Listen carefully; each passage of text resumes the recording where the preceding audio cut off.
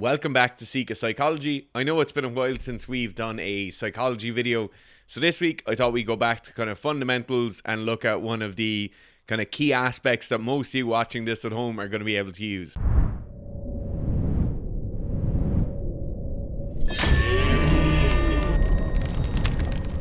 We're going to talk about today is goal setting, some of the structures or models around goal setting that we commonly look to, some of the literature around goal setting that you should kind of be basing your approach off, and what we're going to use as a background story or an anecdotal approach will be the goal setting you might want to do before kind of manipulating body weight or manipulating body composition. Right, so we've talked about goal setting on the channel before. We've talked about the theory of SMART goal setting. We might have talked about performance versus mastery goals, or we might have talked about approach versus avoidance goals. We're going to talk about today is just meshing those together and kind of having a real world example in the case of manipulation of body composition or of morphology, and how those kind of different theoretical structures and that theoretical model might be best fit into a kind of real world situation. Right, so SMART goal setting, most of you will have heard of it, or a lot of you might have heard of it. SMART is basically an acronym, so it's specific, measurable, achievable, realistic, and timely. So for each of those parts, we're just going to give a quick example in terms of the kind of like body composition example. So specific. A lot of the time when we're talking with clients or we have athletes who are coming to us for like strength and conditioning advice and consultancy, they also want to get in better shape, or what they might say is, I want to look better, I want to look like I lift weights. The issue with this obviously is that the goal they're setting for themselves, or the rhetoric they're setting up for themselves, is very non-specific. So if you have an athlete, or if you're a person who lifts weights as a weightlifter or a powerlifter, or someone who wants to be generally strong, obviously getting in better shape can happen through 2 or 3 different modalities. So you can have a very, very simple recomposition, so staying at 70, 80, 100 kilos, but instead of that being 100 kilos at 25% body fat, you might drop down to 80 kilos at 10% body fat. So you might gain a small bit of muscle, you might lose the majority of fat, and then this recomposition occurs whereby you're no longer 25% body fat and just lighter, you're now slightly lighter and in slightly better shape. The second way it might come about is you might just simply reduce body weight or body mass in general. So if you have an athlete who's 100 kilos and they drop down to 90 kilos, it's very, very likely that athlete will then become in better shape, or at least they'll perceive that for themselves as being in better shape. Most of the time when we do have manipulations in body mass of this kind, so when we just drop down weight, like the example will come to mind of somebody stopping training, or somebody is dropping a weight class, they have to take some time off specific training. Most of the time, there's not a huge amount of recomposition happens during that period, because when we do go into those kind of calorie deficits, so significant enough calorie deficits to lose 10% of body mass over the course of 2 to 3 months, obviously those calorie deficits are very, very significant. And what happens when we do go into very significant calorie deficit is that muscle tissue tends to be one of the first things that kind of gets stripped off the frame. So when we're looking to set up a goal or to kind of do some long-term planning and we're looking for specific goals, we should probably look outside of just this kind of notion of being in better shape and start looking specifically into how we're going to be in better shape. And it's the exact same as when we talk to people and they just want to get stronger or want to get bigger or want to get faster, rather than just putting this kind of obscure overarching theory out there as their goal. Like, be really specific with it. Get your body mass measured right now. Get your body composition measured, whether that's through bioimpedance or however. And then start looking at, okay, I want to manipulate this in this direction. Or I know what I weigh now. I know what I want to weigh in 3 months.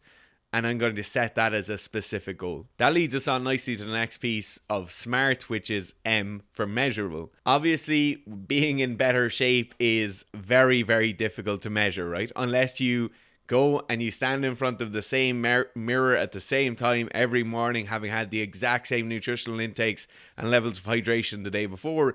even at that, where you're just comparing one picture to the other, it can be very, very difficult to figure out how much actual progress is being made. So what do you use to measure? Depending on what kind of changes you want to use, it could be something as simple as a weighing scales.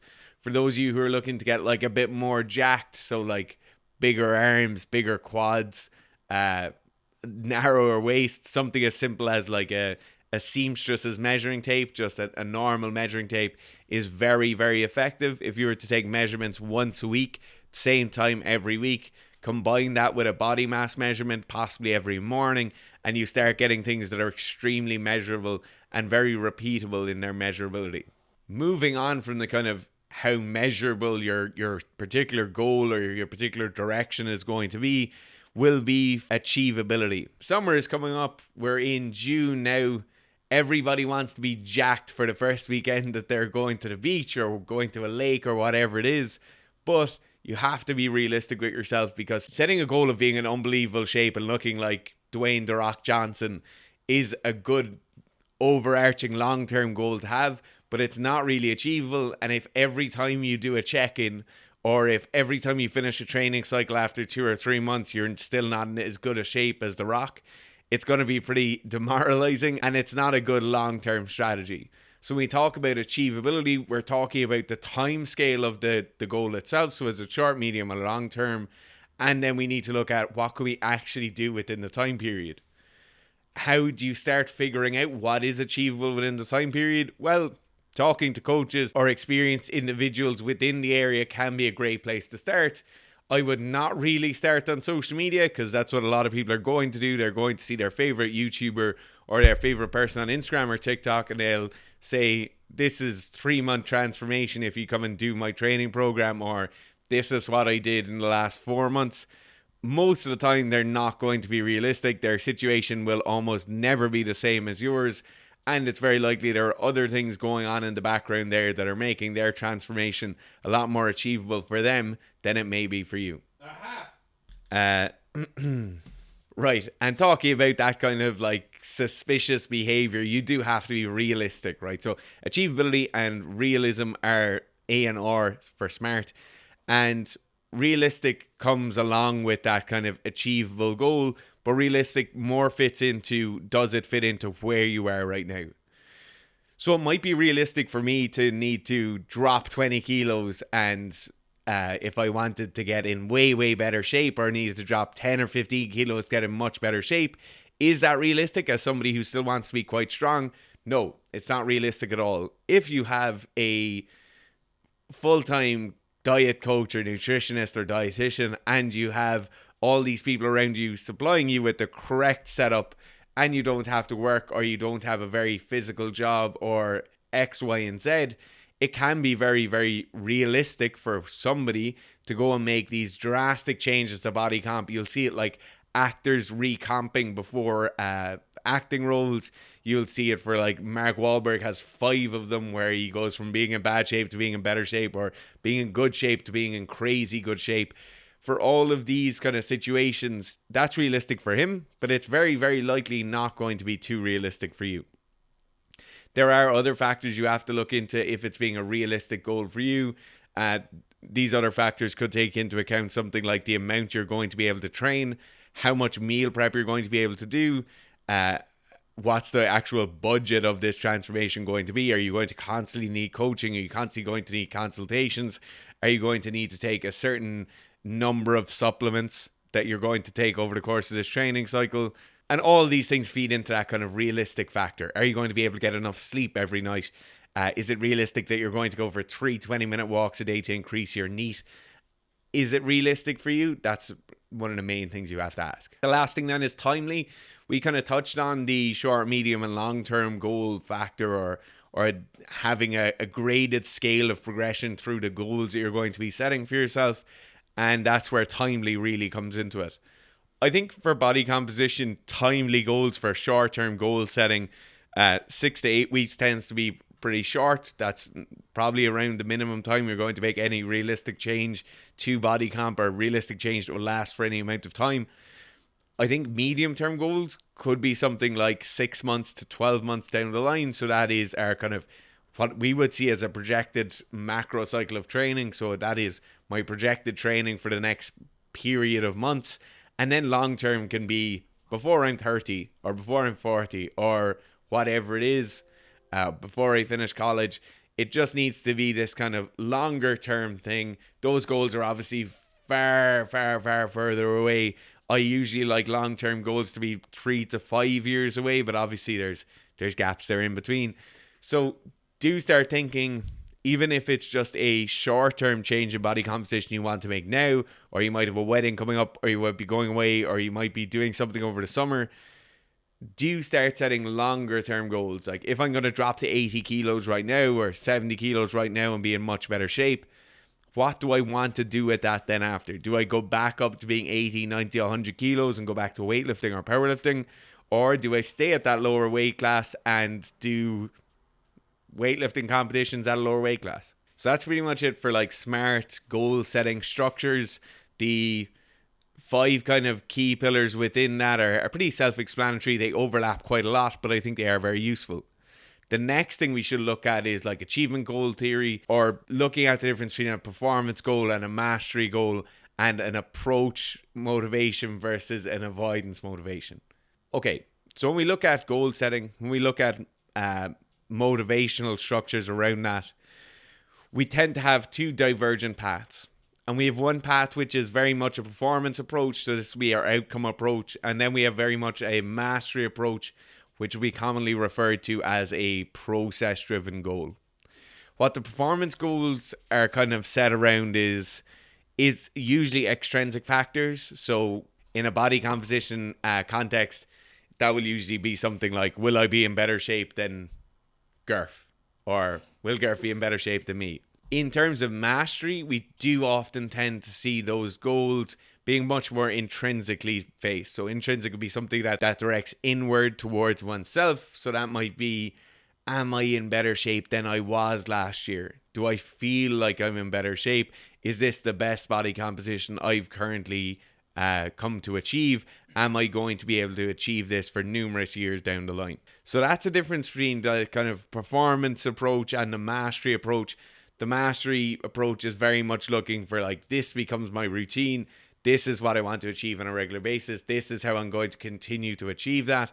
The performance is like, I'm going to weigh in once at the end of July and be in great shape. And then after that, I'm going to go on the piss for 3 months and then I'll be in bad shape again. When we start looking a bit deeper into these, or when we look into some of the literature around these, what we often see is there's a difference between the information, or like the gathering of information that we see when we have the mastery approach versus the performance approach.